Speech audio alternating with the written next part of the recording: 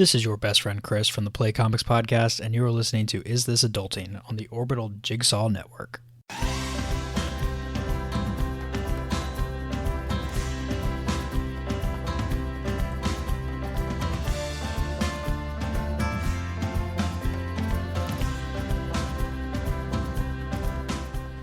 Hey everybody, and welcome to Is This Adulting, a weekly conversation between two best friends navigating adulthood as overgrown man-children. I'm best friend number one, Stephen Pappas. What's up? I'm your baby boy. Number two, Chris Grimmett. The sweet, sweet baby boy. Well, I said baby boy, and then I forgot the actual best friend part. That's great. But you said your first and last name this time. I'm really proud of you. You've done it. I always panic and just say something, and yep, so that's what I am now. Just because I think she feels the need to contain herself, I'm going to go ahead and introduce the guests so that she doesn't have to. This week, we're excited to welcome another amazing guest to the show from Wine and Crime, one of the three lovely ladies from over there. Amanda is here with us. Hey, Amanda. Hi. So, I asked it like a name, like a baby question. boy really got me. You got a fun nickname for yourself? No, I mean nothing that good. My friends sometimes call me Mander. It's really uncreative. Okay. Yeah, and okay, my aunt, as in Amanda. My aunt, okay, I was like, yeah, I don't like understand Amanda, what like that Amander. And I used to have gerbils, and my aunt used to make fun of me for having gerbils when I was little, and like she would call gerbil poop little doots, and so my family calls me Doot. Doot? Because I used to have gerbils and they pooped everywhere. They call you Doot as in singular? Like D-O-O-T. Like a single gerbil poop. Oh, gosh. Yeah, like one little gerbil poop. My dad used to call me Dingleberry, and I didn't know what that meant until I was like 23. And I remember figuring out what Dingleberry meant and calling him and being like, "Are you kidding me? This is the nickname you've had for me since I was a kid." And I just realized what this meant. No one told me. My favorite part is imagining that for years you consider that such like an endearing thing, and then you're in public and he's like, "Hey, Dingleberry," and then there's people like at the food court beside there being like, "Oh my God, honey, did you just hear what he called his daughter?" Yeah, I'm sure those conversations happened and I just didn't know. I'll be honest, I have a moment where I'm sitting here as this conversation's happening and I'm enjoying it, but I'm also like, I definitely said your name as a question. I was like, Amanda? Yeah, that is me. I am Amanda Jacobson, one of the co-hosts of Wine and Crime. And that's what I think it was. I think I had written down Amanda Jacobson, but I was like, can I say her last name? Like, am I going to get her in trouble? No, it's allowed. Cool. Everyone's found me on Facebook. We've all anonymity is gone. You can see my hair from space. It's just not. It's fine. I like the hair. Thanks. It's cool. By the way, for people who cannot see Amanda, her hair is pink. I just recently went back to pink from a long stint of blue hair. I felt like this felt right. I've been thinking to go about into going spring. back to pink. So Do it. All right, I'll try it. Back to that fire engine red. Yeah. Oh, God, it was bad. All right, well, we're going to get into everything in just a second, but first, do you want to tell people where they can find you on the interwebs? Sure thing. So you can find Wine and Crime really anywhere you get your podcasts. We did just get onto Spotify, which we're really excited about. Whoa, we're on Apple Podcasts, Podbean, Google Play, all the awesome podcatcher, all that fun stuff. We have a website that gets some traffic called wineandcrimepodcast.com. We're also obsessively active on social media on all platforms. So we're on Facebook, we're on Instagram at Wine and Crime Pod, we're on Twitter at Wine and Crime Pod. And we actually have a really fun closed kind of private Facebook group called Wine and Crime Happy Hour, and the community that's been built there has been really amazing. We talk about mental health pretty much every day. Anything that you encounter in your day-to-day business, if you need advice, if you find a cool case that you stumbled upon, honestly, it's such a safe place to just talk to like-minded people, and so that has blown up in a cool way over the last several months, and I recommend checking it out if you can. Cool. I'm part of that very exclusive club. It's not that exclusive. There's 3,500 people in it now, but it's it feels like you're among neighbors. It's really cool. Okay, I love it. Fine. Sorry, Steven, you're not special. I thought I was something special. Well, you're not part of our best friends group, so not yet. The night is young. That is true. That is true. I almost added you at one point. I was like, that's creepy. I'm not going to do that. Not creepy at all. I love it. Getting added to random Facebook groups. Yeah, just do it. Fuck it. Oh, I'm sorry. You're fine. Oh, The cursing has commenced. What a voice. I've never done that voice before. I like is that it. your like in a world? In a world Yeah. where Amanda said the F word within 5 seconds of recording. Where Steven thought he was one of a special group, when really there's 3,500. I can't think of one for Chris. Damn it, I'm not smart. And I'm self-deprecating. All right, well, before we get into all of the fun stuff, we're going to do the not so fun stuff. It's fun. Why not? It's fun. We're going to do housekeeping. So first off, we want to say thanks to Chris from the Play Comics podcast for the audio drop at the beginning of the episode. What, Chris? What? I thought you were thanking me. I was like, oh, well, that's really nice. I would never was thank you mean to for anything, Christopher. I was you know like, that. oh, wow. Now I feel like a douchebag. Okay, keep going. If I'm doing something formal like thanking you, I will always refer to you as Christopher.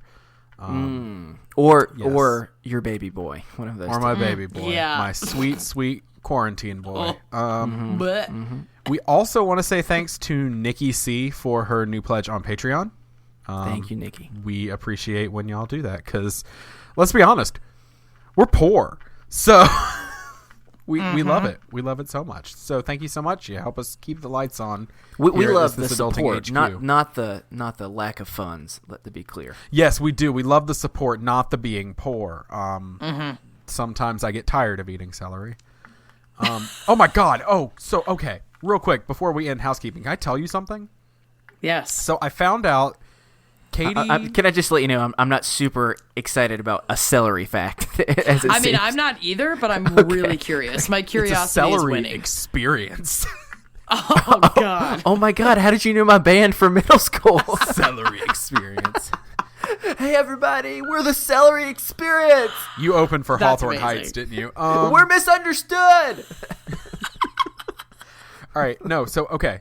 For years, my mom and Katie, my wife, so many people have been making fun of me because when I eat certain fruits and vegetables, my mouth gets really itchy and my throat gets itchy and my lips kind of swell up a little bit. Your throats, your multiple throats get itchy. My multiple throats. Yeah.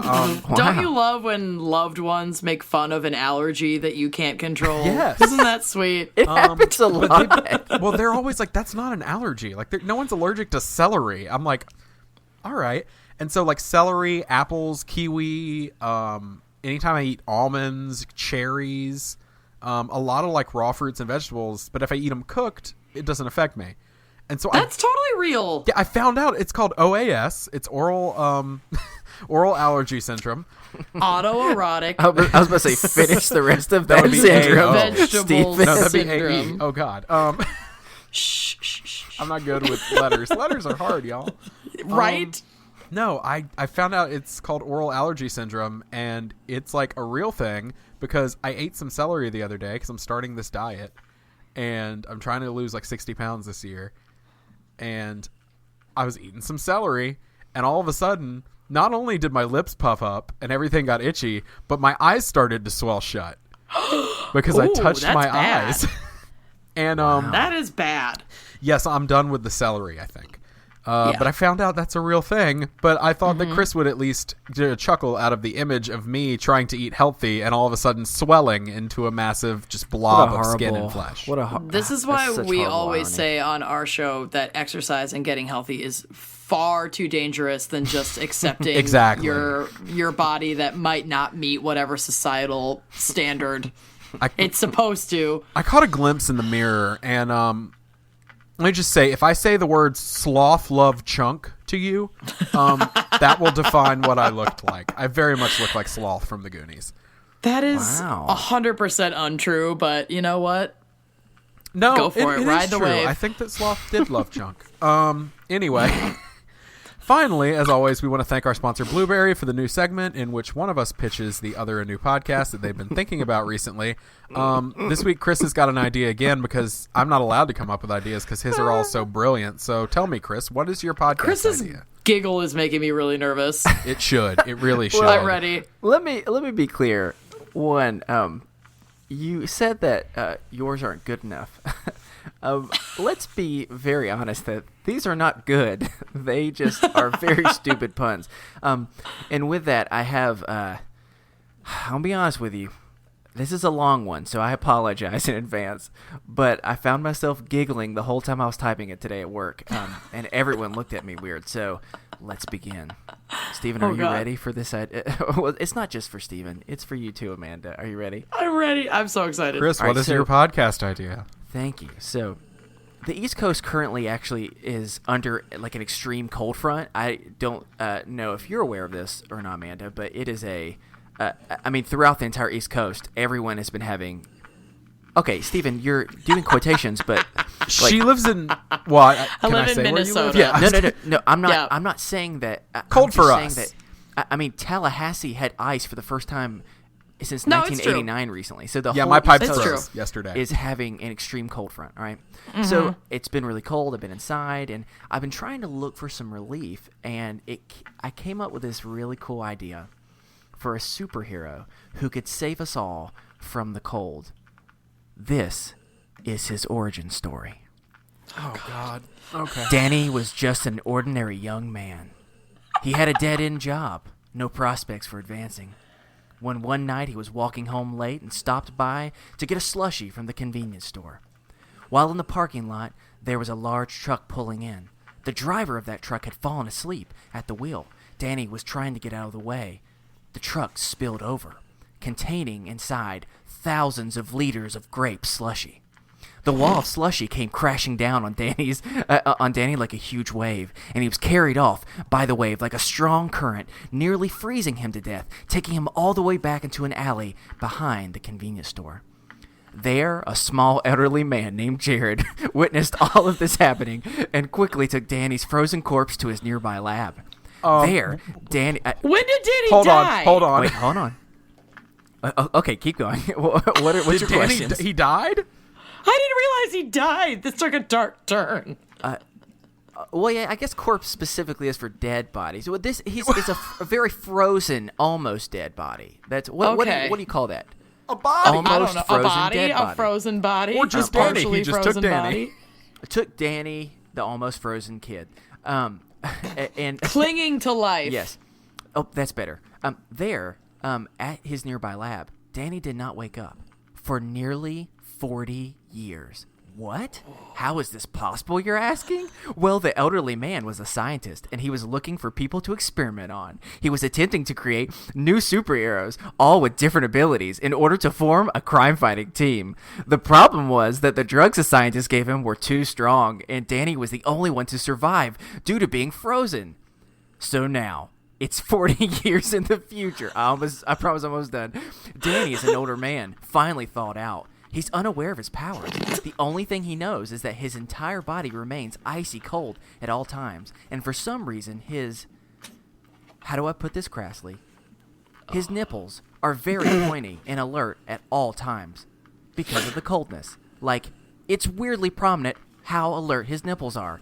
And everyone can totally tell when it's awkward. This podcast will tell the story of how Danny tries to make sense of his powers, how to make sense of a world 40 years in the future, and trying to put together the puzzle pieces of this mysterious scientist named Jared. I call this podcast Nip Van Winkle. It's so stupid. Oh, What a long God. joke just to make a nipple pun. And it's not even your strongest nipple pun. Like, Oh, it's definitely not. But don't worry, I've got one more pun. This is really the one that I formed this entire stupid don't thing worry. about.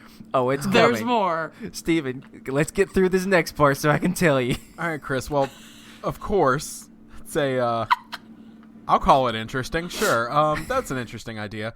But creating a podcast, not quite as easy as recording your show and just uploading it to an MP3, right? Why? Oh, well, to get the most out of your show, you're going to need all sorts of shit. Tell me more. I hope Blueberry's cool with that. Sorry. Have you thought about hosting, fast and reliable hosting? You don't want to have issues week to week? I can guarantee you I have not. Okay, cool. What about accurate download stats so you know that your numbers are what they really are? I know some of those words. Okay. Here's the thing. We've talked about this, Chris. I know, but I don't think you understand. I'm usually too excited about the joke I'm about to say. All right. Well, here's the thing. You're also going to need help with a website because at the end of the day, you want to focus your time and effort on creating more content. Now, You know I do. what type of content should we be on the lookout for with Nip Van Winkle? The first episode of Nip Van Winkle is going to be about Danny's family being shocked by the fact that they see him for the first time in 40 years, wondering where has he been this whole time. And I call this episode, He Went to Jared's. It can only be Jared. Oh, my gosh. Oh, it felt so good. Oh. That's really stupid, and I love it. Let me just tell you all. I will say, that's the first time a guest has ever called something stupid, and I'm really happy with it. Can I just tell you that don't let everyone out there, sometimes it's just about making yourself laugh. And when it's 2 o'clock today and you're not doing work and instead you're coming up with this stupid concept of a superhero that he doesn't really have powers, just very pointy nipples. Yeah, this was like the Jennifer Aniston Friends origin story of like why she's nipping out in every single episode. So if you change Danny to Jenny, Ooh, yeah. we've got a prequel to Friends. Might be Interesting. Just weird. saying. Pointy Nipple podcast about a girl written all by Chris. I know. That's Yeah. that's one of the reasons Okay, why I didn't think that through. I had Danny as a character. Yeah, no, you're right. You're right. And a creepy old man dragging Danny's body is less creepy than dragging Jenny's body, I would say. It And is so either creepy way, that you named him Jared, though. It was mostly for He Went to Jared's. That's like, I'll be honest with you, that's about 90% of the reason why I wrote this stupid Yeah. concept. He I started believe there you. and then filled it in backwards. I like that technique. I know, it's Well, foreshadowing. I'm hoping by now you understand, because we've done this enough, that Blueberry offers all of that, all your podcasting needs, so you can focus on He Went to Jared's, that first pilot episode. But they offer everything from hosting all the way to your own WordPress site. Well, that sounds like exactly what I'm needing, Steven. But what if I've already started? We're all in for a world of hurt if you've already started, but I'm like it's all 30 good. pages in.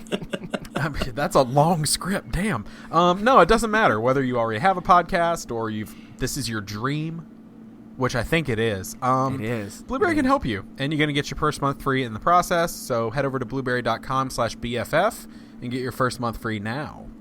That's good and all, but I've got a pretty loyal fan base. I know there's going to be more out there, and I don't want to lose any of those subscribers. What do you call your fans? That we're still trying to come up with, but I will say that if you pledge a certain amount each month, we give you a special pass, and we call it the nip slip. You thought you were going to get me, didn't you? But I got one. I pulled one out of nowhere. Oh my god! I'm subscribing immediately. Do they get Thank a you. special type of reward based on what areola they're from? Oh, there we go. There we go. All right. Well, if you already have subscribers, you don't have to worry because Blueberry's support team can migrate your existing show with their free tools, so you're not going to lose any of your subscribers. Well, that is exciting. Yeah. So go ahead and get to work on. I've already forgotten the name because there's been Nip a whole Van lot of Winkle. nipple talk. Thank Nip you. Van Winkle, Amanda, thank you. You're welcome. Or any other podcast today with Blueberry. Get your first month free by using our promo code BFF. That's blueberry without the e's.com/BFF. So, that was the longest ad we've ever done and probably ever will do. I'm disappointed that I arguably have the largest nipples here, and I had like no off the cusp nipple dialogue to really contribute to that. I'm like really disappointed in my performance during you that for putting entire bold ad. assumptions about Yeah, us I mean, I've over never here. seen either of your nipples, but like I've seen mine, and those are tough to beat. They're pretty big. Well, this is a great way to segue into the next segment. We're going to start this Is week it? off just like we do every week with a mental health check-in. So, Chris, Not how a you been this not a week? nipple health check-in. No, not a nipple health check-in. Mental health check-in. Okay. That right now, clarifying. that's the title of the episode. Unless something comes up that's better, is nipple health check-in. It's important. Oh gosh. Wait, am I supposed? Did you ask Yeah, me to Chris, how start? you been I'm this sorry. week? Dang it! I was so ready for you to ask me how am I doing this week? And then to still make the nipple health check-in joke and say firm, hairless. Sorry. Chris, come on, man. The thing is, one, we're transitioning into the mental health check. We are. And two, I delivered my line. I said, Chris, how you been this week? That is essentially, if you ever listen to Generation Y, that is essentially our...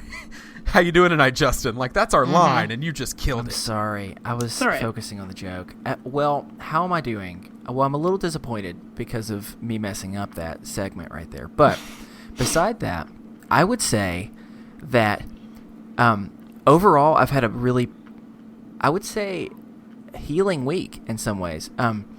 So I kind of talked last week about how I'd had 7 stress dreams in the same night. All different type of stuff that kept me up. Unfortunately, I had 3 straight more days of nothing but stress dreams. I think that every possible stressful scenario that one could dream about, I successfully did in those 3 days. Been attacked by an animal? I had you covered. Been late to a test in high school? You know I did. Did I double book a meeting? Of course. Like, every possible thing I could have done, I dreamed about waking up in sweats. And I don't know what was going on, and it was just really annoying, and I was obviously very exhausted and was not really looking forward to going to sleep. And I finally took a little bit of medicine to help get me to go to sleep, Tylenol PM, thank you very much. And I finally got some rest, and then I had some just really, really healing time this weekend. Got to see a friend that I haven't seen in a while. We joked, we had fun, we also talked about, caught each other up because we've both had some pretty rough last couple years, and we had to have some good mental health talk. So overall, it's ended up being a solid, good week, and I have been looking forward to this today. Not just to do my Nip Van Winkle joke, but just to be able to talk with an old friend and to meet a new one. Love it. Amanda, how about you? How is your mental health? You've caught me on a really good week, actually. Good. It's been many months of transition that I've been going through. I left my job, my last day at my job that I was not feeling super positive about. That's going to be as diplomatic as I can say. Was actually on New Year's Eve. So it was kind of a cathartic way to end 2017, which was a really, I think, challenging year for a lot of people. Though we had a lot of successes in 2017 as well, and something I've been working on in therapy is actually recognizing the good things and not being too bogged down by all the crap that happened this year. Sure. But I feel like this whole week I took a complete mental health week for myself, because today I started school. Today's January 8th. I don't know when this is going to be released, but that's when we're recording. In 3 days. Yeah. So I am back in school for the first time in about 8 years in a field that I'm really excited about, and I feel very focused and hopeful, and I took the whole week off. I didn't work. I stayed home, and I just kind of got my house in order. I did some cleaning with my significant other, and he and I spent a little time together, which our schedules have been so crazy that I feel like we haven't been connected in ways that we were more easily before, and now it's like we're getting back into this really great rhythm. And I definitely am starting this year more hopeful than I felt in a long time. So my mental health is at an absolute peak high right now. So let's give it 2 weeks and see where it goes. Because my anxiety and I'm diagnosed with anxiety and just generalized depression. So I definitely go through those fluctuations in, 50 times in any given hour. But yeah, I've had a nice streak of just positivity and clarity this week. It's been awesome. That's great. Are you comfortable saying what field you're studying? Yeah. We've talked. I just think it's cool.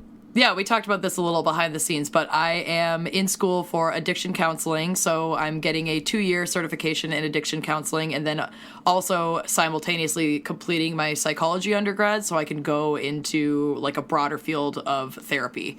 So I'm still kind of figuring out where exactly that's going to lead me, but just doing a service to others and helping other people cope with a lot of similar things that I've coped with is something I'm passionate about, so I'm ready to crush it.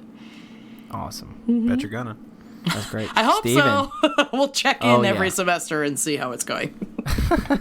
We'll do a semester check-in. We'll just keep doing that. That'll be good. I love it. Steven, how are you? Well, last week, as everyone could tell who listened, I was off my game. I was not good.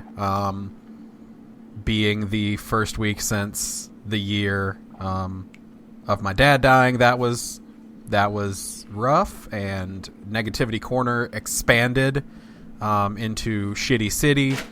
But Shitty City, they went bankrupt for now. Really? They've been Nice. demolished. Good. We're still hanging out on the Negativity Corner a little bit, but it's not been near as bad. You know, like I said, just the icing on top of the cake last week was New Year's Eve, 1 year anniversary, being out of town, far away from home, without my anxiety medicine, just in one large constant state of panic attack. And I've toned that down a little this week. I've still had some breakthrough panic attacks, but not that many. I had a big one yesterday in the morning, and that kind of wiped me a little bit. And then I borderline had another one last night because screw you, Panthers, and your inability to finish a game.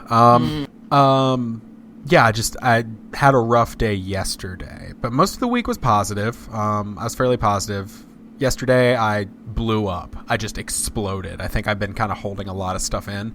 So on the car ride back from the game, I just erupted about everything that I was frustrated with, be it bigotry, racism, that I've seen around me, or just the stuff that I am trying to process right now. I just kind of blew up a little bit. Doesn't help that I'm eating less because I'm controlling portions and trying to be healthy.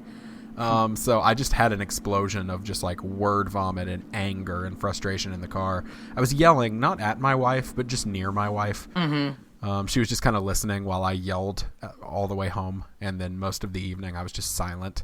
But I woke up this morning and I was good to go. I had coffee with a very dear friend and sat and had breakfast and just hung out, shot the shit, and it was nice. It was good to feel like I was back on the horse again for the first time in... Honestly, I felt like I was back on the horse again for the first time in over a year, since before my dad died. That I fully woke up this morning feeling like I'm going to get it together, I'm going to put everything together, and I'm going to kick this thing's tail. Karen... Not specific Karen for anybody who may be a new listener. Karen, our mental illness, that's the name we give it. And or the monster, which is what I've always called it. It's not doing it this time. I'm not letting it. I'm being tough, and I go to therapy tomorrow morning, and I'm getting back in the game. So let's do it. I'm gonna start scheduling stuff. I'm actually doing work instead of laying on the couch and watching The Office. Maybe part of that is because I watched 9 seasons of The Office in 3 weeks. I love The Office. It's so good. We're going through it right now, too. I can't bring myself to watch the finale yet. I'm right around it. But I'm gonna and just weep. I had a good cry this week for the first time in probably 6 months, and I'll tell you what did it. It was a Black Mirror episode. So thank Was you, it Black I'll Be Mirror. Right Back? Because that one destroyed me too. No, that one made me cry too, but the one that really made me cry was San Junipero. Oh, yep. Yep, bawled my eyes out. And Chris, you don't like spooky stuff, but you can watch that one episode of this show because there's nothing spooky about it. It's just a beautiful hour of television. It's so good. Okay. I wept in a happy / emotional sad way. It was happy and sad and beautiful in so many ways, and I just cried. So anyone who hasn't watched Black Mirror that does like spooky stuff, though, please watch it. It's so good. Yeah, it's amazing. Some of the best writing I've ever seen. But we're not here to talk about TV. We're here to talk about mental health. Oh, right, TV's right, a big part of my mental health, though. So yeah, I've been talking a lot, but I will say there was one big boost to my mental health this week, and that is if you're a long-time listener, you already know this, and first-time listeners, hi, how are you? Please stay. No, Sorry about the whole nipple talk for 20 yeah, minutes. sorry about our nipple I'm talk. not sorry. I think we've had to Come make for that the apology nipples. on an episode before. Stay for the mental health conversation. Oh, I like that. That's the new tagline. I've literally... Come for the nipples. I think we've had to apologize before for nipple talk, and I think it was... Who was it? I think it might have been when we had Nina Instead, but I'm not sure. Anyway, Yeah, one more thing, though. People who know me know that one of the ways I de-stress if I feel a panic attack coming is I turn on Netflix and I watch Mr. Bob Ross. And I just, do I watch him paint? What's that you're doing there, Bob? Why are you putting a brown line across the sky? That looks stupid. And then he turns it into magic. I don't know how he does it. He's a freaking wizard. But With the he is like brushes, too. Oh, my God. I don't know how he does. Everything's coated in liquid white, and it's amazing. Or liquid clear sometimes. I'm going to take this random rusty piece of metal and somehow make art with it. Like, I don't And he understand. cleans the brushes so beautifully. And he also, I mean, it's the little animals that he loves on. I'm just going to be honest, guys. We need to do a whole topic, maybe next week, that's Bob Ross. I need that in my life. But some wonderful people pulled some funds and bought me the other two Bob Ross Funko Pop figures, which are now in my office somewhere on a shelf around here. One has a little raccoon, and the other one is him holding the giant paintbrush that he uses at the beginning to paint the scene, and it made me cry in the middle of the post office. Oh, that's awesome. You guys are wonderful. Thank you so much. And yeah, it's amazing. I have all the Bob Ross Funkos now. Like, I'm one more step toward my goal of one day owning a Bob Ross original. That's the goal. Love it. Which we found out. Katie and I looked them up. They're like $100. I can save up for one of these. It's like, he affordable. painted so many. Like, I guess that is true. Yeah. anyway, if you have a mental health check-in that you'd like to share or an idea of how we can encourage you throughout the week, you can email us over at isthisadultingpod@gmail.com, or you can join us in the Is This Adulting Best Friends group on Facebook. That is a wonderful, lovely place where you can come in, like I say every week, you can come in and say, hey, I'm having a shitty week and I need to talk, or hey, I'm having an amazing week and here's why. And either way, people are going to be there to cheer you on. And if you're having a rough week, they're going to be there to tell you it's going to be all right if that's what you need, or talk it out and say, hey, call me, hey, text me, hey, direct message me. Like, it's a really cool place that we're extremely proud of. And it's super cool. I had somebody send me a Facebook message today and say, I can't find it, help. And so I might have to change some settings so that it can be found easier. But I love it in there. It's amazing. And please check that out. And if you email us your mental health check-in, we're going to get back starting next week to sharing listener health check-ins on the show. We will share them anonymously, as always. But just let us know in the email if you would like it read on the show or not. We want to respect your privacy, and they will be confidential either way. But we also want to remind you, as I say every week, we're not professionals. So if you need professional help, please seek professional help. We are just here to talk and destigmatize and normalize the discussion of mental health and mental illness. We are not here to help anybody absolutely solve their problems. I was going to say there are hotlines and therapists and people who are much more qualified than the two of us to handle that. And so what I'm saying is call Amanda. In like 4 years. Yeah, and Don't like call 4 me years. now. Call me Or later. just, hey, here's a free plug. Talkspace is a great thing. Heck I yeah. know I they use sponsor it. I love Amanda's it. show. They should sponsor our show. Hey, Talkspace. They totally should. Anyway, so we're going to get into our topic now that we're a good, solid, beautiful 35 minutes into the show. We're going to go ahead and get into our topic, which I literally told Amanda, prepare nothing for. And I've prepared nothing for because Chris has prepared this topic for us. So, Chris, you want to fill me in on what's about to happen? Yeah. We're just going to play Would You Rather. Okay, that's I love Nice this and simple. game. Yep. I just found a bunch of random ones, different types, some weird, some, well, all of, I mean, at the end of the day, Would You Rather is mostly weird, but just all different types of ones. And we're going to see what everyone would do. All right? Okay. Let's do it. So let's start. Would you rather never have coffee again or live without TV forever? Oh. I know. I specifically saw this one and had to pick for Steven because I knew that this was pretty difficult for him. So let's, Amanda, you're a guest. Do you want to start? Which Never one have would you coffee do? again. Is it just because you love TV so much? I love TV, and like I like the idea of coffee, but it actually oftentimes upsets my stomach.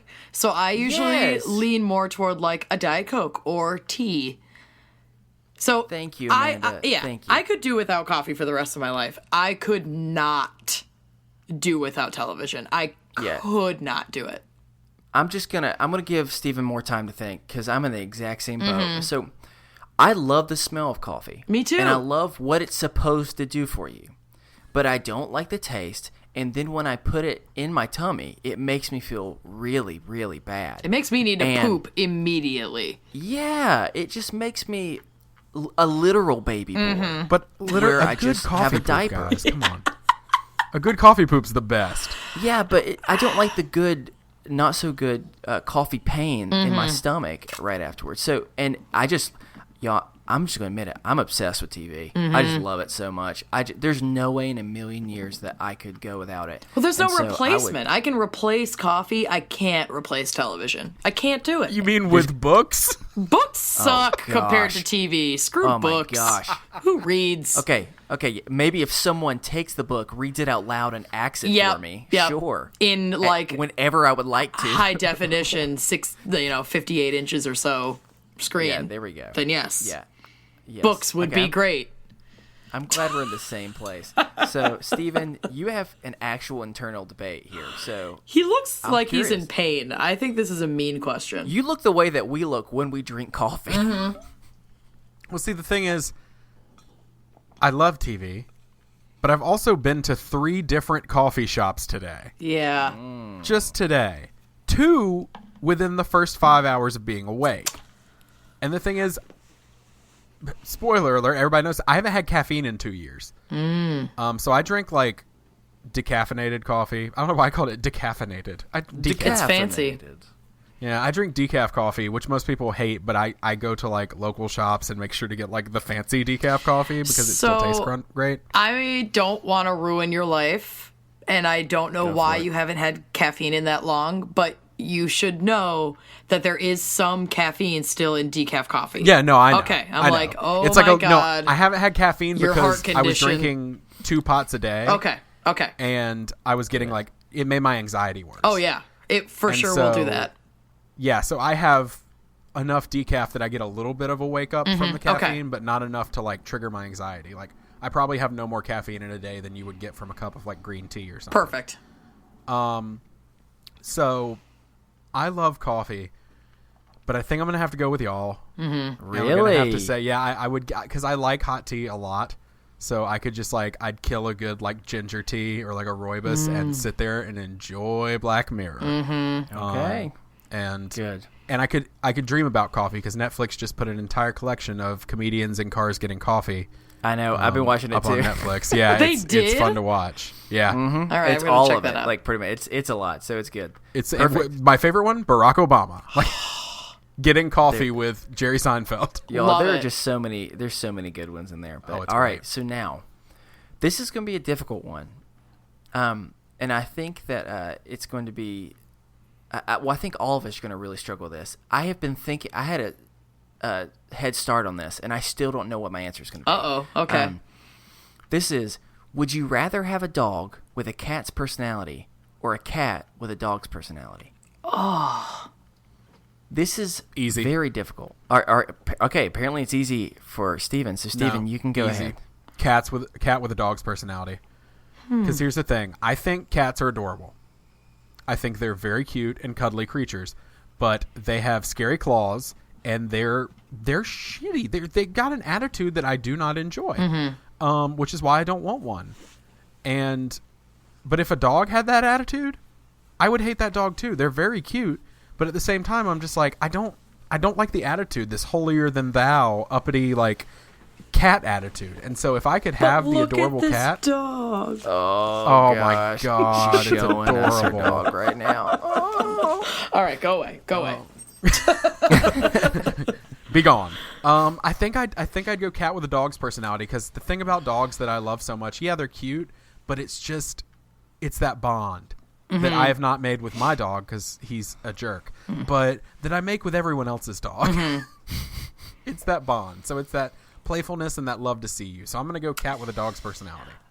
I think I agree. I think I'd have to do the same thing too, because I've owned both cats and dogs. I had 2 cats a while back, and they stayed with the ex with whom I got those cats.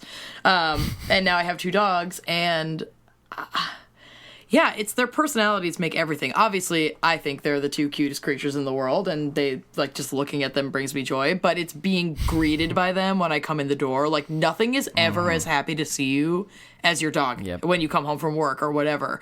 And I could go outside to my car for 3 minutes and come back in, and they give me the same reaction as if I went to work for 8 hours and I walk back inside. Yep. So it would be really hard to lose that, like, personality and, like you said, bond with a dog. I think I'd have to go with cat with a dog brain.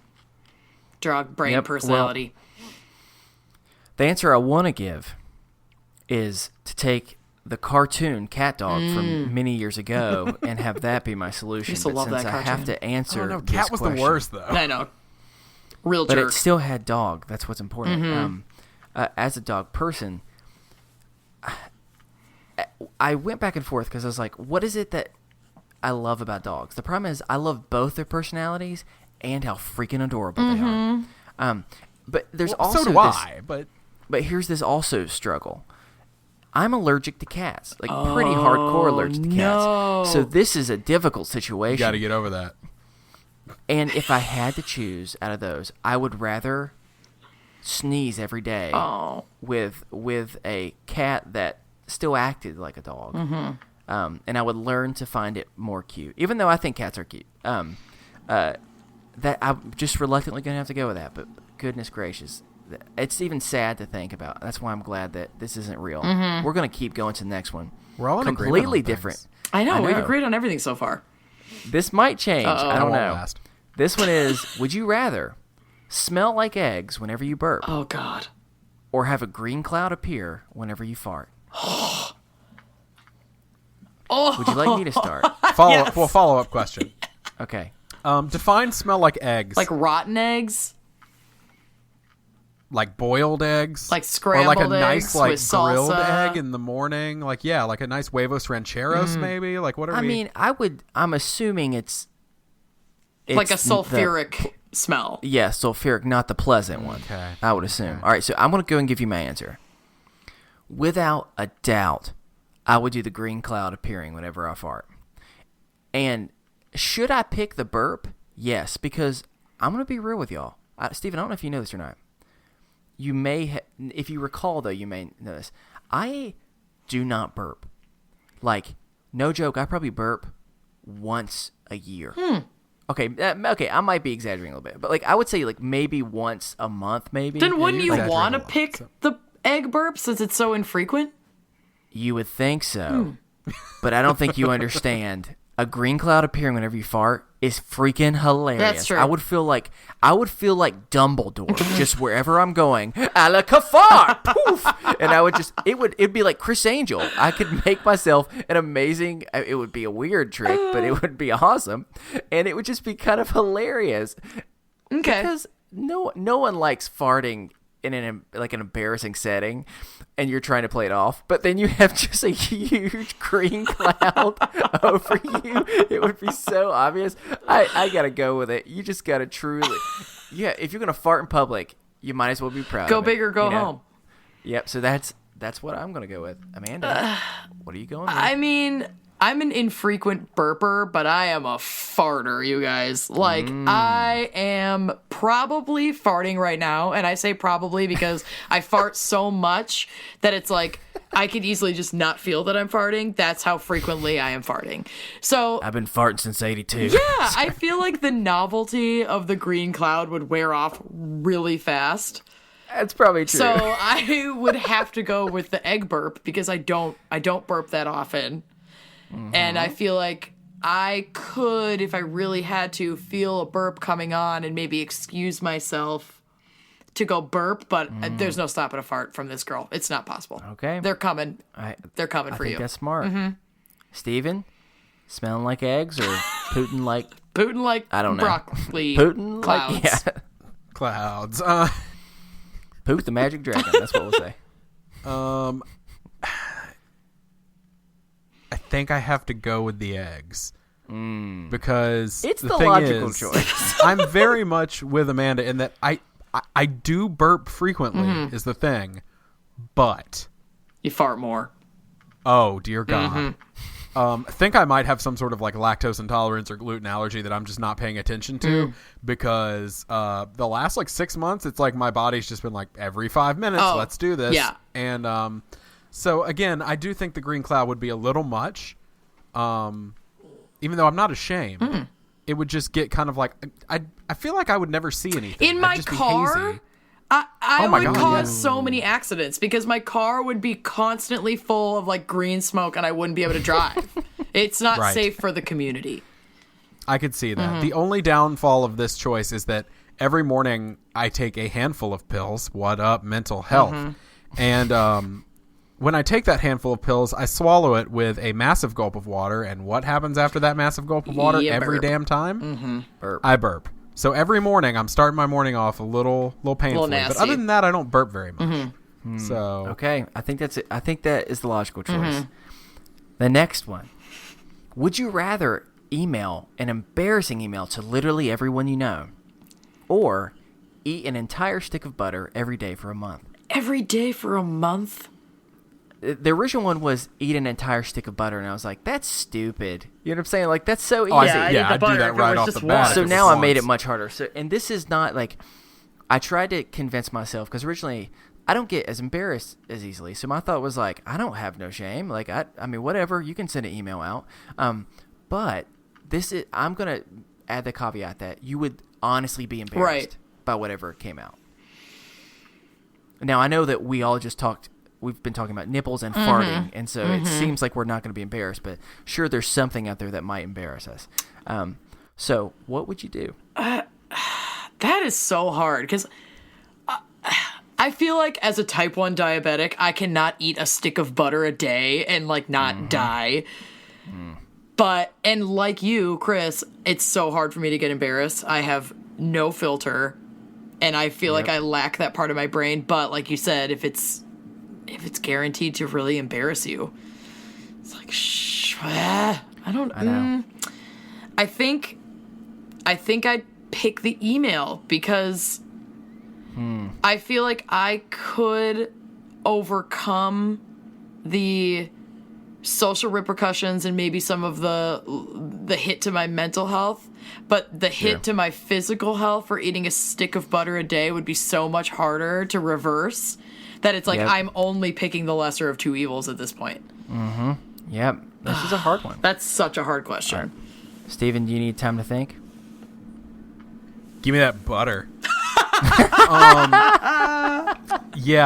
No embarrassing emails, please. I'm embarrassed about some days very little, some days everything.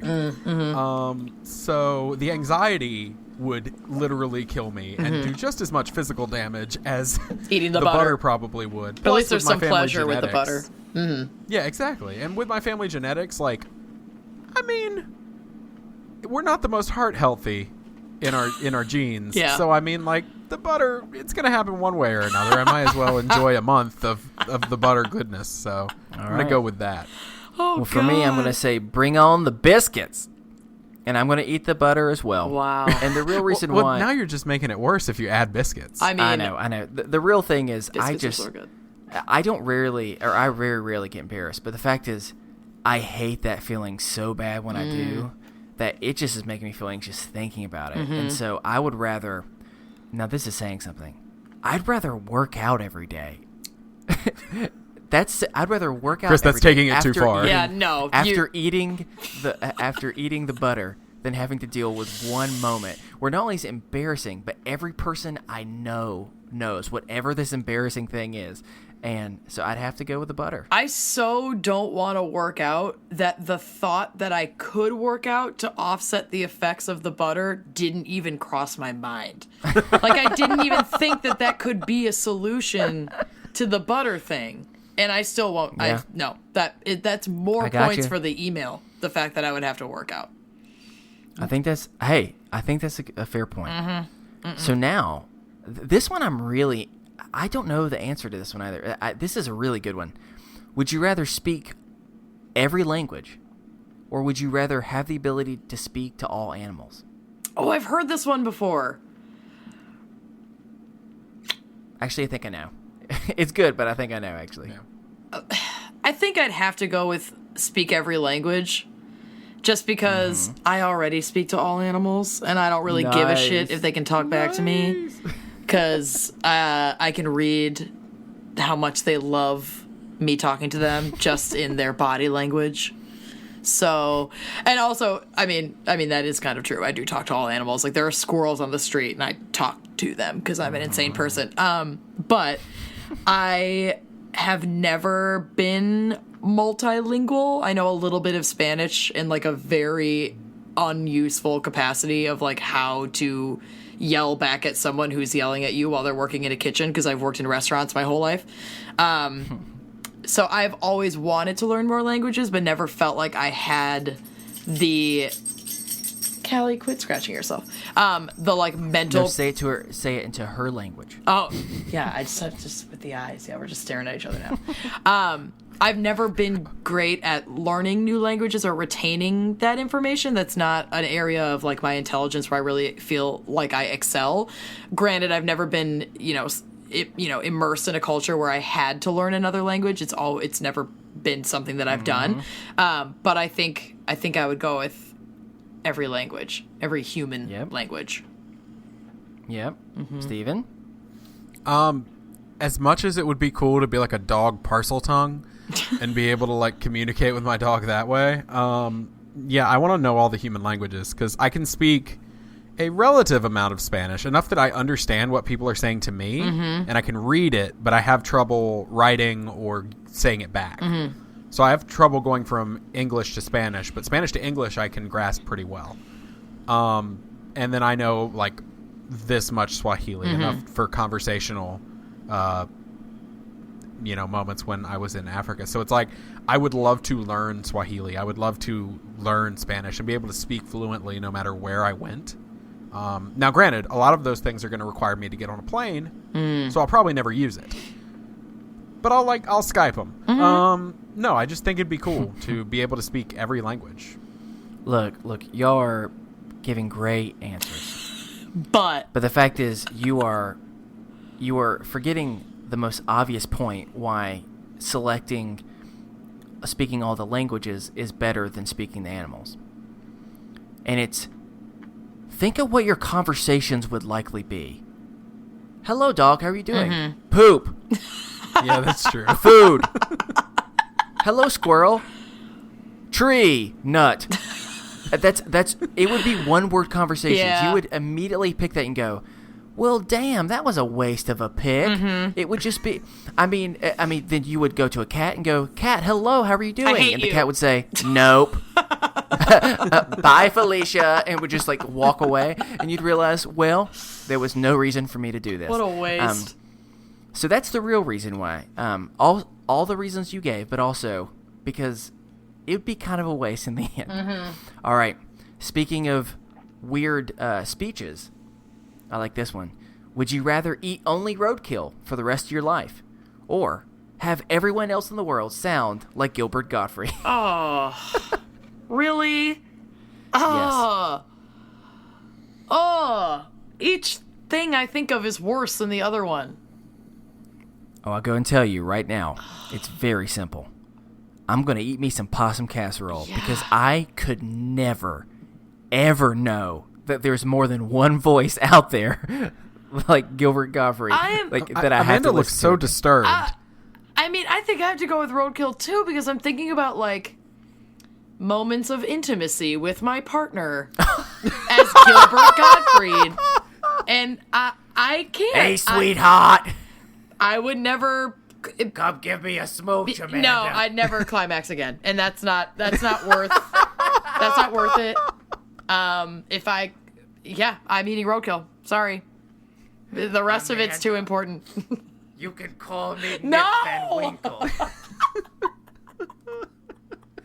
My God, that's my That's nightmare. That's a really bad voice, but sadly, that sounds better than his actual voice. I know, that was way more pleasant. Yeah, Steven, what you going with? Oh, I'll eat roadkill. Yeah, I mean, Okay, good. I was about to say, I'm glad that no one selected this horrible other option. No way. what? No I way. think about like terrible moments in my life. See, that's where I went. Was like, what about like getting bad news, like Yeah. terrible news? Like how? Oh God, I didn't even think about that. It's- Think about. I'm not gonna make jokes because I'm not gonna make jokes because I've been delivered terrible news before, and I know so many people have. Mm-hmm. But like getting like a bad diagnosis or like a terrible accident, like some sort of terrible news from that voice From Gilbert would freaking make Gottfried? it just like so much worse. What can you think of a worse way to be broken up by? Oh my when you're going, God. that person with that voice is breaking Broke up With with me. this, Yeah. with this hot piece of ass right here. That is Oh my God. breaking up. And then Twilight Zone twist. In the end, you hear yourself recording. You sound like Gilbert No. Gottfried. Oh, Roadkill Inception. forever. Godfriedception. No. Roadkill forever. Oh my goodness, that sounds horrible. Yeah, no, that'd be really Well, bad. Speaking of horrible, this is the last one. Oh God. Would you rather be stung by a jellyfish once a week or give up Facebook for a year? Ooh. Both of these last for a year. That sucks because as podcasters, we use that social media Well, some of us platform do. is so Well, important. some of us podcasters do better than others. Yeah, I would say. We have 3 yeah, hosts, Chris so is give not yourselves a social. little credit. We each get to take on our own thing. We have, let's just be honest, we have one host on Facebook and then there's me. That's your grandfather that sent you a LinkedIn. I did literally invitation. get asked in an email, does Chris have a social media presence? And I was like, not really. No, we have to coax Lucy's social media presence out of her a little bit, but you know, I don't like pain. That sounds horrible. I'd have to give up Facebook, and we just rely on Twitter and Instagram instead. Facebook for a Say, year. do I still get Twitter? Sure, why not? Okay, yeah, no, yeah. I'm not getting stung by no jellyfish. Sounds awful. Chris, this isn't even hard for you. You made this choice Steven? years ago. You're about to be shocked. Oh God. Steven, pull down your pants because I'm going to need someone to pee on my leg you would once take a the week. 'cause jellyfish? I'm going to take the jellyfish. Can you believe that? For a split second, Skype froze, and Amanda's face of terror was amazing. Believe it or not. That's Because crazy. as much as I'm bad with Facebook, I honestly like it. And it feels like you're being left out of so many things. That's true. You know what I'm saying? And I think that I only use Twitter for like certain things but not really for social media. And I guess I could do Instagram, but I'm going to count those the same because they're both owned by Facebook. Yeah. And believe it or not, I think I'm going to go with the jellyfish. Are you kind of a lurker? Do you like to scroll through the news feed even if you're not really posting? Your okay. boy's a lurker. Okay. This little baby boy is baby peeping all the time. But you're baby peeping? don't Don't say say baby baby peeping. peeping. Okay, thank you for calling me out. I mean, I didn't mean to. Fine, we'll just Baby keep boy, going calm on. down. Can I just say, this segment has given me so many possible titles. I know. Don't say baby peeping. Yeah, don't say baby peeping, roadkill forever, I'd never climax again. Godfrey Inception or however we say it. Awful. Oh, can we move on from that, Chris? A Gilbert Godfrey within a Gilbert Godfrey within a Gilbert Oh, Godfrey. Okay, I'm just we'll keep imagining going. All right, guess Gilbert what? Godfrey's mouth opening really wide, and then there being a tinier. There's inside another that Gilbert mouth, Godfrey? and then inside of It's that like Alien? mouth. Yeah, Oh gosh. it's like the All right, worst. y'all. Amanda, guess what? What? It's time for a game. I love games. Even though our first topic was kind of a game. I know. Bring on I all the know, games. It's okay.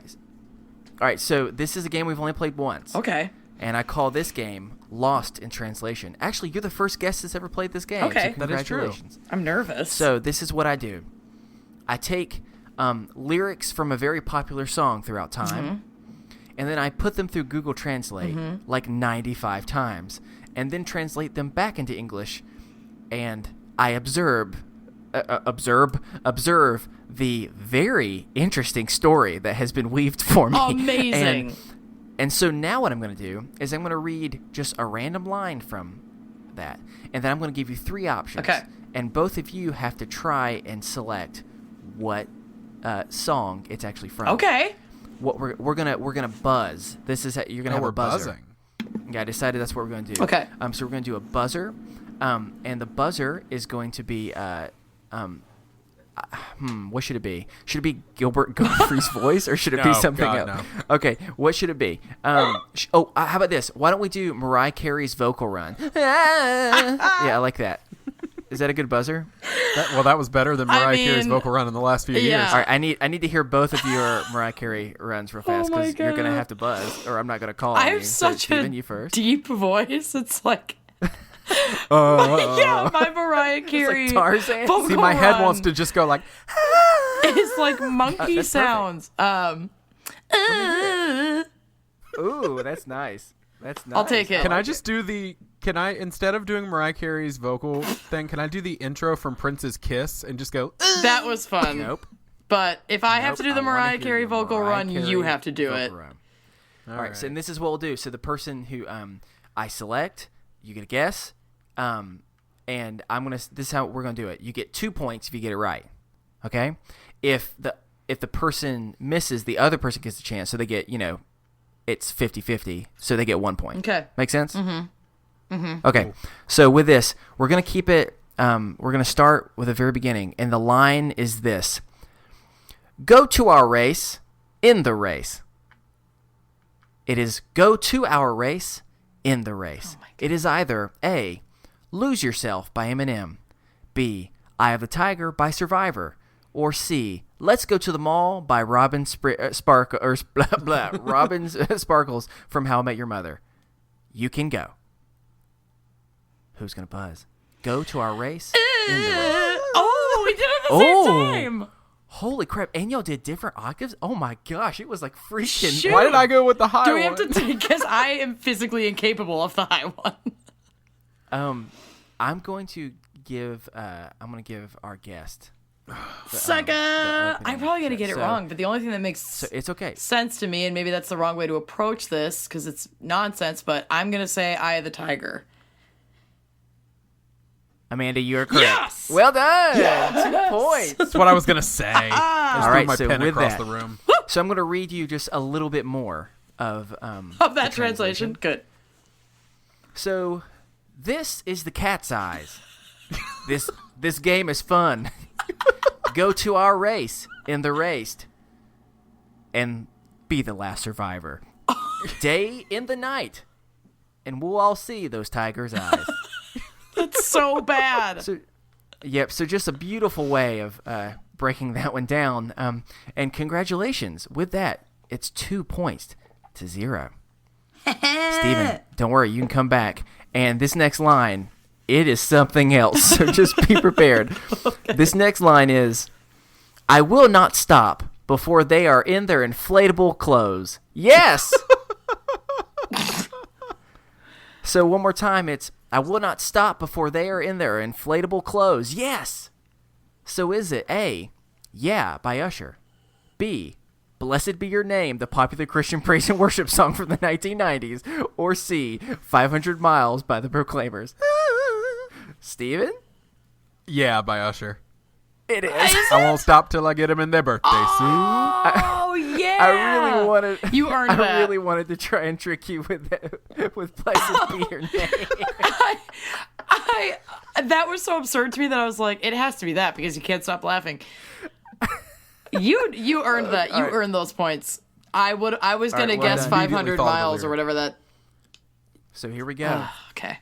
Here are some more of these beautiful lyrics from what used to be "Yeah" by Usher. "Be careful, my outfit is funny. The club looks so noticeable. And the roar, these women are on the lookout. If you keep your head still, I'll grind the cow." Yes! "And forget the game, I'll spit the truth." Believe it or not, somehow that stays the same through like 90 translation. What? I will not stop before they are in their inflatable clothes." Yes. So give me a rhythm, and he will go with their clothes. Then bend forward and touch the toes. So that is surprisingly, some lyrics stayed very well, and others did not. I liked the translation of "in the club looking so conspicuous" though, of that line. Yes. Yeah. There was Like in the club being so noticeable. Yeah. Hold your head, or if you keep your head steady, I'll ground the cow, I promise. Yes! Instead of "yeah," it's yes! The Exclamation exclamations. point. All right, so it's 2-2. So whoever wins this, you're good. And if you don't, I didn't prepare another one, so it looks like you both lose. So finally, it's nice and simple. I really like this one. It is relaxed girls, we go slow. So once again, it's relaxed girls, we go slow. Is it A, Bootylicious by Destiny's Child? B, Save a Horse, Ride a Cowboy by Big and Rich? Or C, I'll Make Love to You by Boyz II Men? Relaxed girls, we go slow. Damn it, Steven. Steven, you sounded a little bit hesitant. Yeah, you are not. That was not a confident Mariah run. I'm not excited about this, or the fact that I am even saying these words. Is it Save a Horse, Ride a Cowboy? Steven, it is Yes. not. So Crap. Okay. Now I it's have to possible steal. that Amanda could steal, and so I'll read this to you one more time. It's relaxed girls, we go slow. Is it Bootylicious by Destiny's Child, or I'll Make Love to You by Boyz II Men? Okay. Well, even though I know I don't need to buzz in, Let me hear it. I'm thinking Bootylicious because of that intro where it's like, Michelle, can you handle this? I mean, I don't know. I don't think you can handle this. I don't know. That's my final answer. Amanda, you were also Damn wrong, it! and now I don't know what to do. Well, yeah, I did not plan accordingly. That's okay. A tie, it's a millennial everybody wins situation. We'll have to guess- have a rematch. We'll have to do this, but let me go ahead and read to you some of the wonderful lyrics from I'll Make Love to You by Boyz II Men. Relaxed girls, we go slow. I have no way to go. I'll just focus on you. Are you ready? It was one night throwing clothes on the floor. I'll cut off my clothes.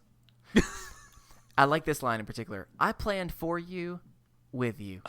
Oh. The girl, you ask me, you know I can do it. I'll love you as you want me, and I keep you tight, you all night. I'll love you when you want me, and I will not let go until you tell me. How freaking amazing is that last part? Apparently, if you take Boyz II Men, you take I Make Love to You, translate it 90 times. It's the most somehow, predatory after all song that, of all time. well, no. Listen, it's the opposite. What No, is it? no, listen at the end. I'll trap you? I'll keep you tight. No. You I'll all cut night. your I'll clothes love off. you. No. I'll cut off my clothes. That's what they said. Still creepy. No, listen to this part. This part is actually empowering. I'll love you when you want me, and I will let you go until you, or I will not let you go until you tell me. That's kind of nice. I'm gonna I'm not saying it's amazing. grab you but with they're specific. mixed consent, and then if you tell me to stop, then I'll stop. No. I'll love you. No, I'm looking at the lyrics. I promise you. I'll love Amanda, you. did when you happen to tell me major in to. sociology? Because I did, and my brain immediately went where yours did. So I didn't, Hey, but well, to be fair, I'm looking at the lyrics, and when I read them, I was like, wait, does this somehow go from being a really creepy song to a song that actually is changed into I will only hold you if you tell me, and I will love you if you give me permission, is what it's pretty much all saying. right. still a little creepy. Oh, I'm not saying it's not creepy, but somehow. Also, I like how Boyz II Men, somehow, the very first line is, relaxed girls, we go slow. Yeah.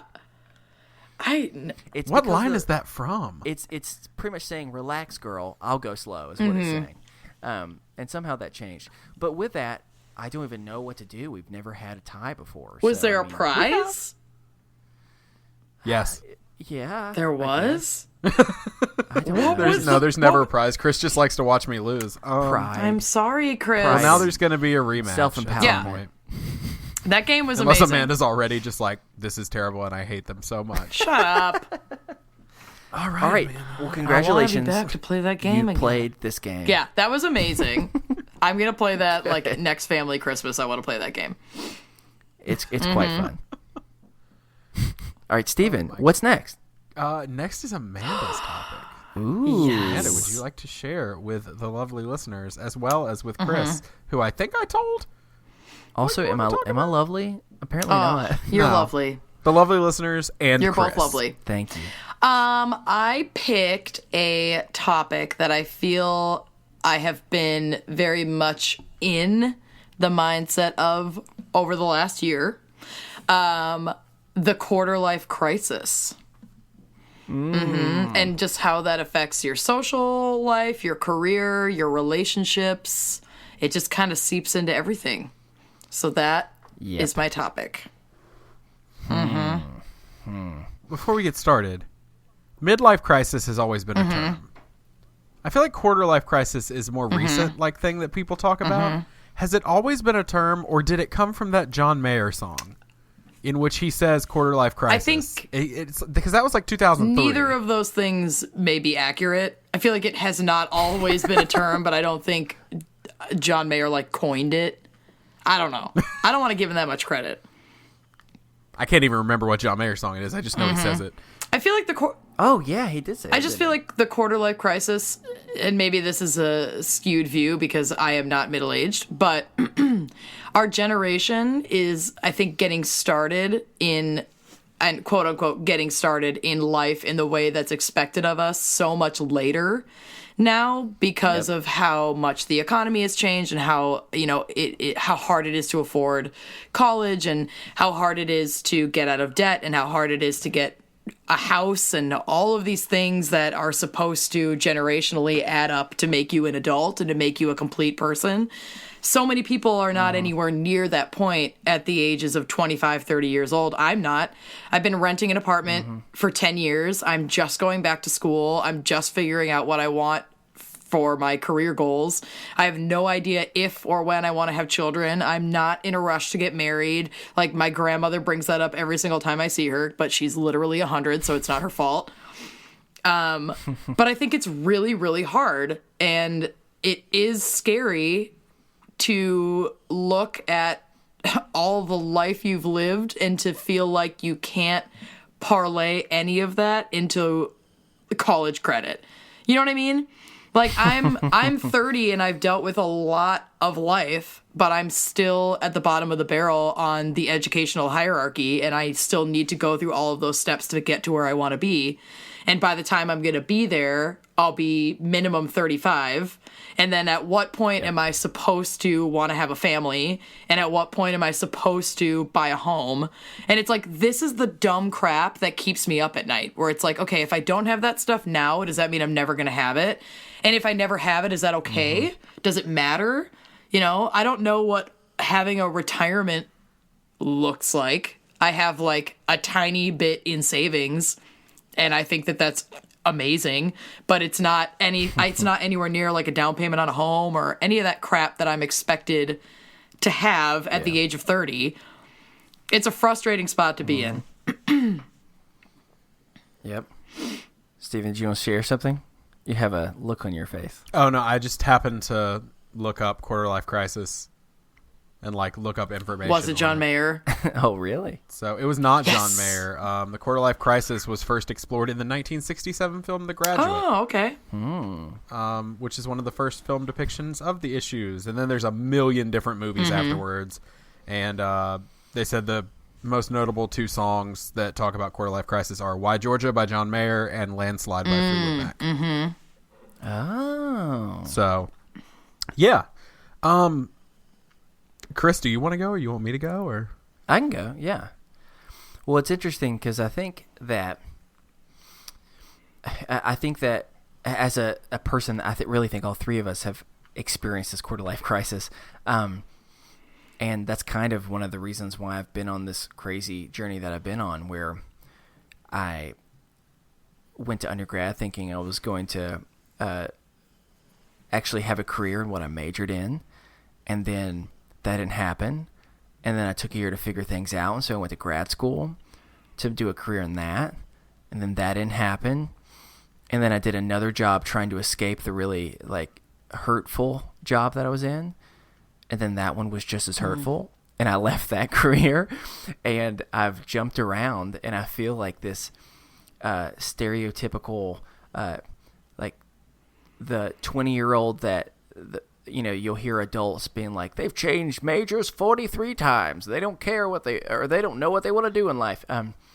And I think that it's interesting. Some of the things that you're talking about, Amanda, are something that, us who are in our quarter life can definitely know the feeling. But even those who are older, it's society has put this this standard for you need to meet your quota of this by this age and meet your quota by this age.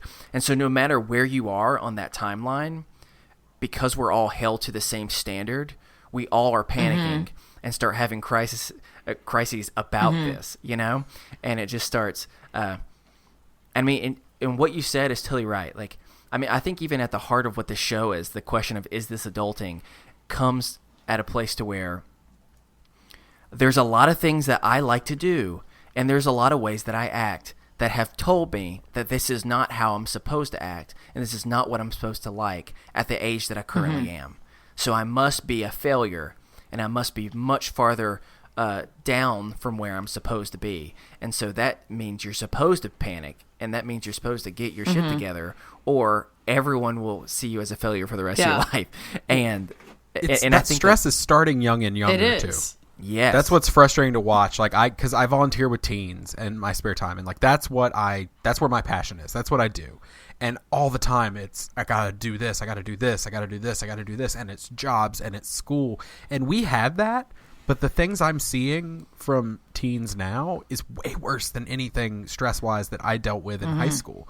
Legitimately. Like I have no problem saying that like my high school experience, while I was bullied and like all this, it's intensified, and the pressure that's being put on students to perform now is insane. And it's scary to watch. And then they're worried about all these things. I mean, why do you think, especially with our generation, there's been this explosion of nerd culture? Why do you think it happened? Because it's stuff that we all liked as kids, and they've pushed us into being adults too fast, and so we brought it with us.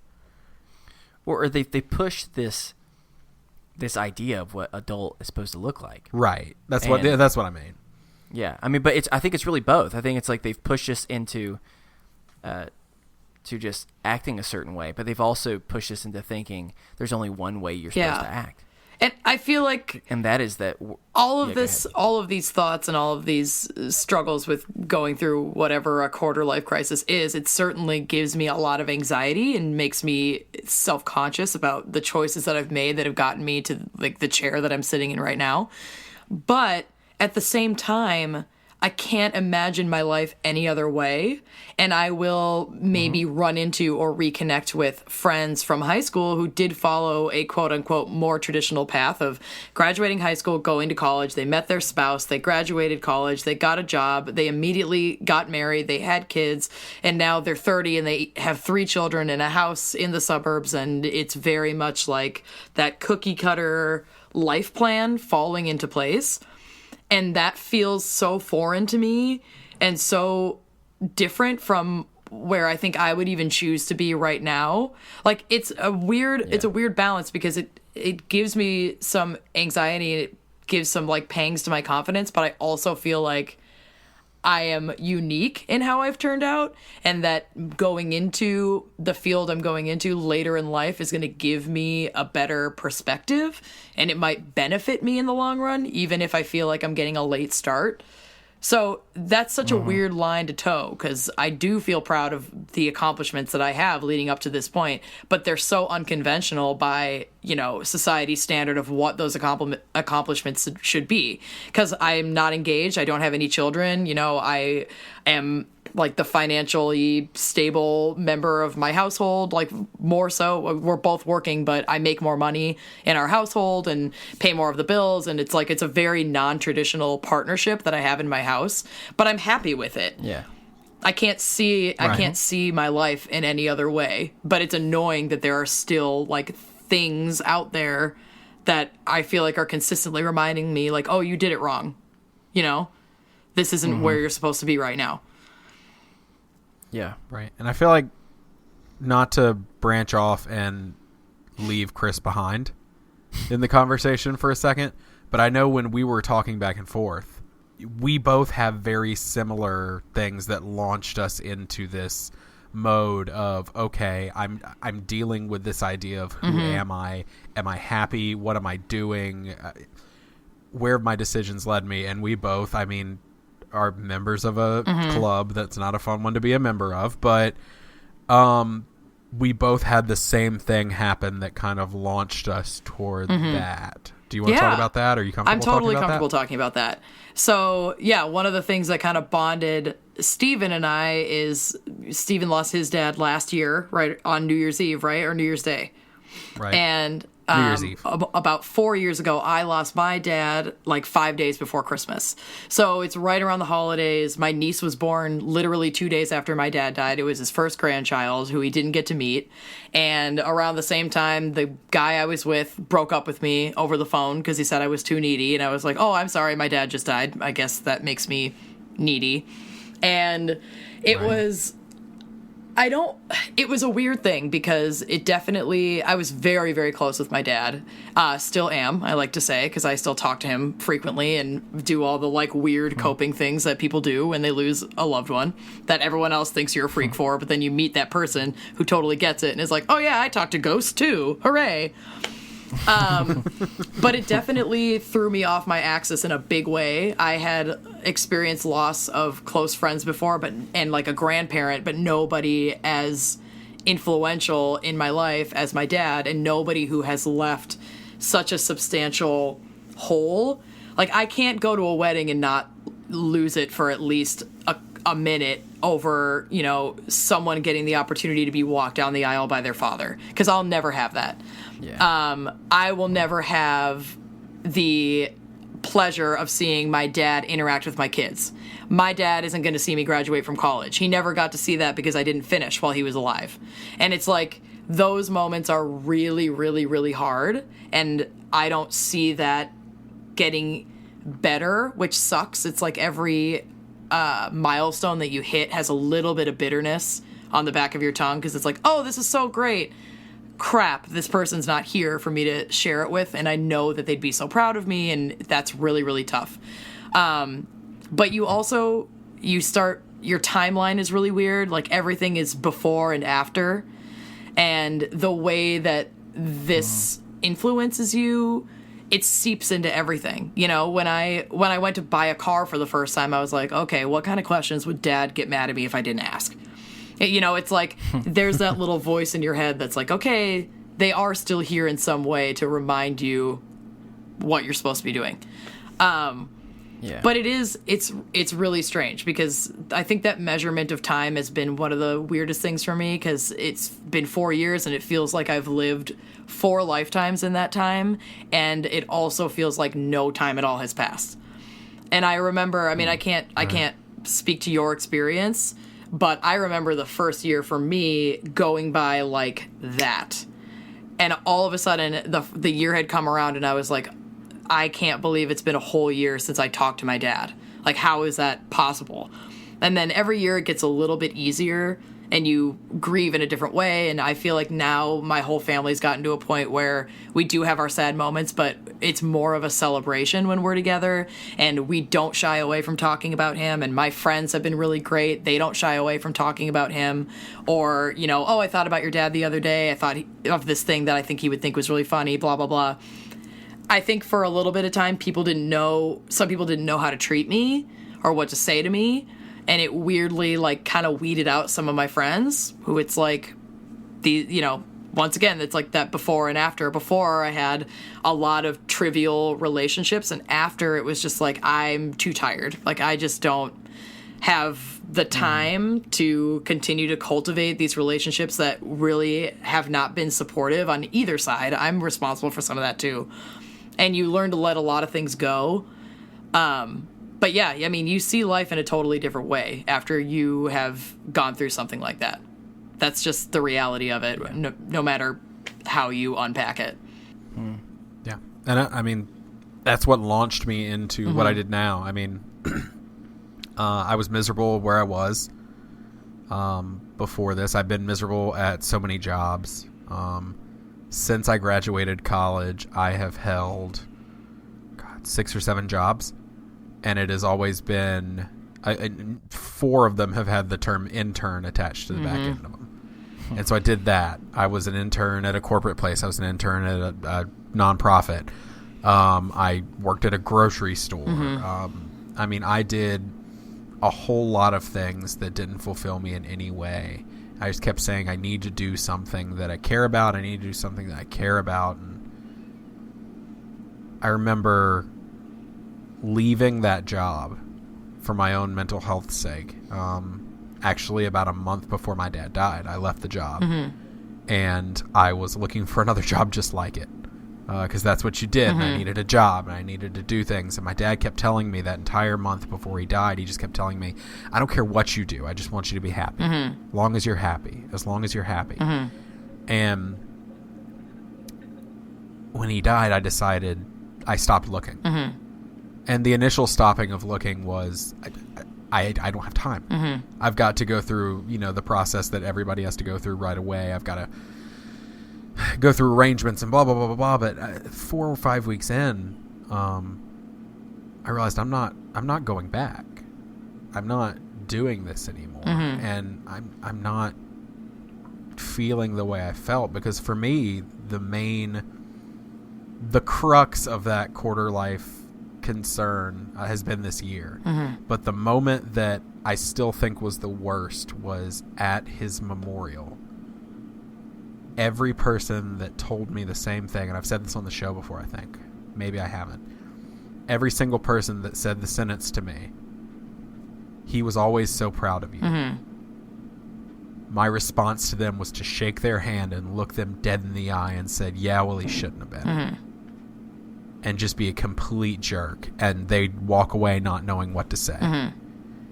Because I was so angry. And I was so frustrated. And all of these things that I felt like I had failed at. And yet people kept telling me how proud he was of me. He kept telling me how proud he was of me. And I was just I was mad. I was so mad. And I finally decided I'm through allowing myself to do something that makes me mad. That makes me mad at myself. That makes me feel like he wouldn't have been proud. And the thing that frustrates me the most is similar to what you said. It is bittersweet. It's this moment of, I finally am happy. And, we're transparent about this with the show.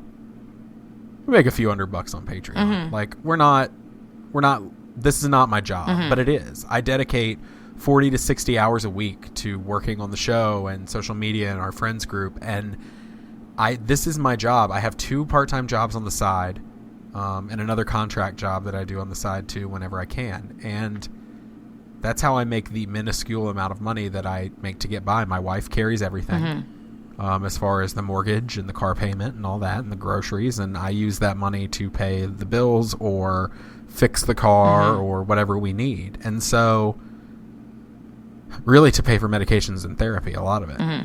And so I have this moment where I'm like, I'm proud of where I'm at finally, but I'm also like, for the first time, I feel like he would have had something to be proud of and he didn't get to see it. And it's so infuriating. It's so frustrating. It sucks. It makes me so mad. And like you, I think of those things of like, my dad's dad never knew me. He died long before I was born. My kids, if we have any, will never know my dad. Will never know their grandfather. I remember what it was like to grow up missing a grandparent, just not really understanding or having an appreciation for that grandparent because it was all stories. And that sucks. Yeah. And I hate that my dad is going to be all stories to my grandkids. But, he's not going to see that. That was the one that rattled me the most, was he's not going to see a grandkid because he would have been the best grandfather. Right? I mean, I think Chris can attest. He would have. He really would have been good. He was just as much of a goof as I am, and just the best guy. And so that's what spurred me on to finally be like, enough. Like, enough is enough. And I quit. People who listened last week will know I quit a month and a half ago. I was done. I put myself on autopilot and I gave up and I stopped pushing myself because I've gained 20 pounds in a few months. Like, because I stopped caring because it was coming up on a year and it became real at a year. And now, now I've made it through and I realized I'm still here and there's nothing I can do to bring him back or to make him see, I guess. Now it's time for me to do this for me. Yep. And it's time for me to stop. This sounds terrible. I'm not running away from my father, and I'm not running away from my father's shadow. In fact, the opposite. I'm comfortable talking about him now. I'm okay talking about him now, when telling stories and joking. But I'm tired of doing it for a ghost. You have to live because for I want you. to make somebody proud. Exactly. You can't I'm live tired for of feeling him. like, right, and that's what I've been doing. And I realized I didn't want to do that anymore. I mean, it's great that you were able to figure that out in a year, because that did not happen for me. Right. It takes everybody a different amount of time. Well, I think Right. what you're describing too. I mean, you said something a minute ago that really like stuck with me. Of at the end of the day, it was kind of like a boiling point where it just hit for you. And in some ways, I think that's exactly what these like whatever point in your life crisis are. It's a boiling point. Whether it's a boiling point around relationships, whether it's about not being held to a certain standard that you've put on yourself or the world has put on yourself, but saying like, no, I'm now going to respond once I get out of the crisis aspect of it and work differently in order to no, I'm still going to have like times where I fall back, but I'm not going to continue to have that crisis hold me anymore. You know, I think that's what this podcast is from. I think that's both of us changing our life over this past year, and sounds very similar to what this new year of 2018 is for you as well, Amanda, is like hitting these walls of saying, instead of me trying to keep running into it, I'm now going to take a step back, and I'm going to realize if I take 2 steps to the left, I won't be stuck. Right. You know, there won't be a wall continually there, and like keep moving forward. And I think like that's exactly what, like, don't get me wrong, I hated every aspect or every minute of the crisis in the moment. And for me, it was more of a personal, existential, career, vocation, life type of thing than it was specifically about a relationship that I had lost. But it was still something to where I'm at least grateful for the ways I've grown from it. I'm not going to say I'm grateful for it, because I don't think that would be true to how shitty I felt throughout Yeah, the Right. for sure. I mean, I'm not grateful for my dad Nope. dying. You I know? know, I know. That's, you know what I'm saying? Not That's the why it's like, you know, best I'm not situation. grateful for that, but like, but trying to, I'm thankful that I have relationships in my life that have helped not only pull me out of it, but I mean, if anything, at the heart of it, now we're getting real meta, aren't we? Like, the idea of adulting to me is it's less about specific things, and it's more about what an adult is.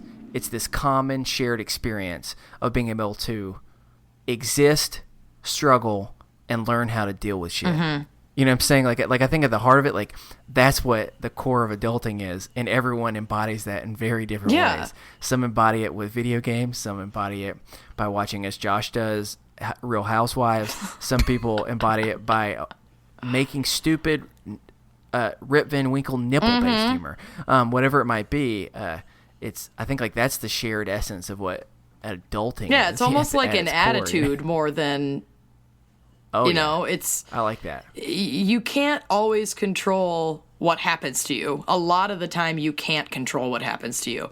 There's nothing I or anyone in my life could have done to change the reality of my dad dying. It was very sudden. He basically like took the garbage out and sat down in his favorite chair to take a nap and had a heart attack. No one could have predicted that was going to happen. No one could have, despite someone maybe being next to him with like a defibrillator knowing exactly what to do, it was unavoidable. So you just have to accept that. The only thing you can control is how you respond. And I think it's really important what Stephen was saying. Like, you can't live for that person because that person isn't here anymore. Yeah. So you can take in those experiences and take in that change and then make something out of it that fulfills you, that you know, there's a nod to the memory of that person who inspired you. That's great. But This year I left my job. I wasn't happy. And like you were saying, every time I would leave a job, I'd go to a different job in the same industry. I've been working in restaurants my whole life. And it's like, what is that? The definition of crazy is doing the same thing over and over again and expecting a different result. Like I was good at it. I am good at it. And there are aspects of it that I really enjoy, but it didn't fulfill me in any way. And then I feel like with the start of our podcast with Wine and Crime, it's like I got a taste of what it was like to meet new people and interact with people and talk candidly about my mental health and talk candidly about my experiences, even though it was through like this weird true crime comedy medium, but where I could put myself out there in a way that felt safe, but also exposed. So it was like I was taking a little bit of a risk, but it wasn't so crazy. And the response was overwhelming of people that are like, yeah, you know what? I felt that too. Or, yeah, I lost someone this year and it sucked for me too. And, you know, or some weird, stupid thing I might have said at being just a type 1 diabetic. I have bad days with my health. And having a chronic illness affects your mental health. And there are days where I just don't want to deal with it. And it's hard for me to get out of bed. And I feel like crap. And I just have to get over it, you know? You got to give yourself that 10 minutes to feel like garbage and then just get over it, because what am I going to do?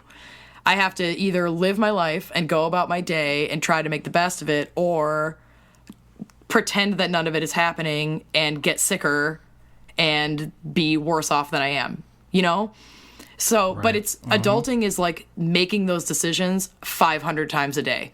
Because if it's not diabetes, it's something else. It's my dog crapped on the floor and I got a flat tire and my boss yelled at me and my kids won't go to bed on time and so I didn't get any sleep and, you know, my kid isn't doing well in school and whatever. It's everything you're responsible for bombarding you 100 times a day and having to make 100 individual decisions to tackle that problem and then bear down for the next problem. Because that's really what it is. Yeah. And then really relishing in those moments of joy when things are going well and when you have something to be proud of and when you're excited about something, and trying not to brush it off. Like, you really got to soak it up, because the older you get, sometimes those moments can be fewer and farther between, or sometimes the responsibilities can outweigh the fun. That's just reality.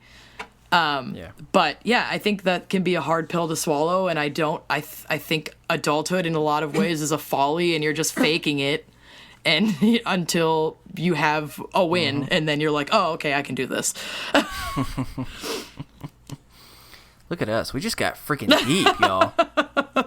And then my dog started like throwing up right next to me, so that's pretty cool. Hey, Burke just really wanted awesome to contribute, didn't you, buddy? He's like, I want to be in this, and I'm gonna vomit if I have to be a part of this show. I want a beer. Which I like really imagine Burke saying he wants a beer. I could see that. He's a haggard old man. Some days, dog just wants a beer. Sometimes a dog just needs a beer. That's the new tagline for Budweiser. Well, I was gonna say, is that a different Big and Rich song? Put it through Google Translate a couple times and see just what happens. Ooh, I like that idea. Oh my gosh. So yeah. All right, well, we'll start winding down. Thanks for getting deep with us. Yeah, it comes out of me like lava sometimes. I'm sorry.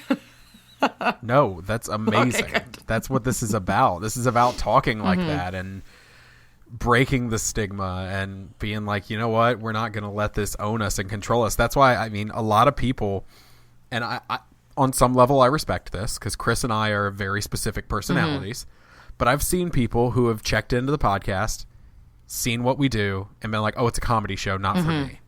And they don't realize that the goal of the comedy is to prove that we are not our illness, that we can still be goofy and funny and happy and all of that stuff, despite the fact that, yeah, I had a panic attack yesterday and it sucked.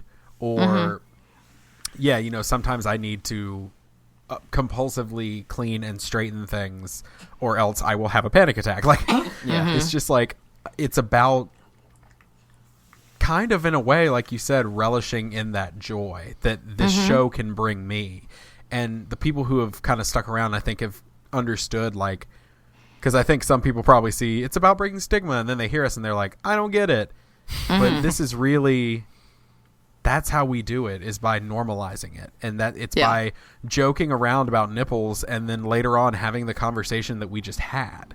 Mm-hmm. Like, I mean, And then nipples are They can brought all up exist in the that same conversation. universe. in that conversation, like, yeah. Some It's say just- that stigma, we nip it in the bud. In But, the bud.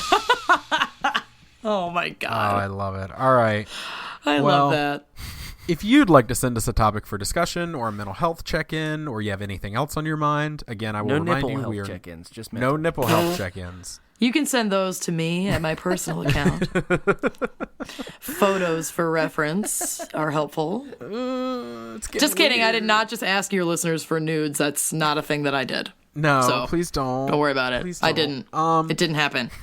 Yeah. You're going to be like Anne from Parks and Rec, where you're going to get like 1,000 images. Oh my god! I love that episode. It's so good. as we literally just pointed out, I was about to say it, but I think we just proved it. We're not professionals. But you can send them over to us at isthisadultingpod@gmail.com. You can also follow us over on all of our different social media accounts, whether you want to check on Twitter at isthisunderscoreadulting. You want to find us on Facebook on our main page, or if you want to be a part of our Is This Adulting Best Friends group, where it's just a really great online community, so to speak. It's a support group. It's also a place where you joke around and many other things in between. So you can do all that. You can also check on our website, where if you're having trouble finding our best friends group, just go to our website and you'll be pretty quickly, you're able to see it. You can find out more about our merch, about supporting the show, about joining the movement for advocating for mental health in general, or if you want to look back at past show notes where we've done different games and you kind of want to see some of the craziest things that we've done, feel free to do that as well.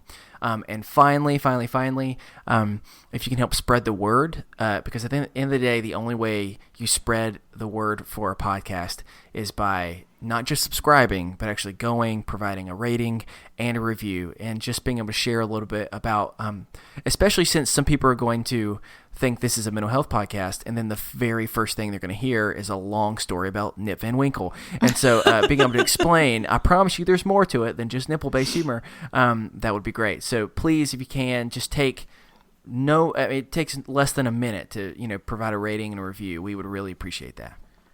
And everyone title your reviews, I promise it's more than nipple-based humor. I'm gonna write that review. ... But they do talk about nipples. But there's prominent nipple focus.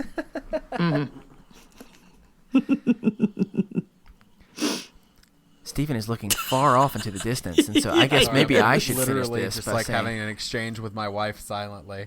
"Oh, You know well, what? so- It's all we're all about self-care and health on this show. She brought me my night meds because it's night med time, and we're I still love your recording. wife. So Mm-hmm. Amanda says she loves you, Katie.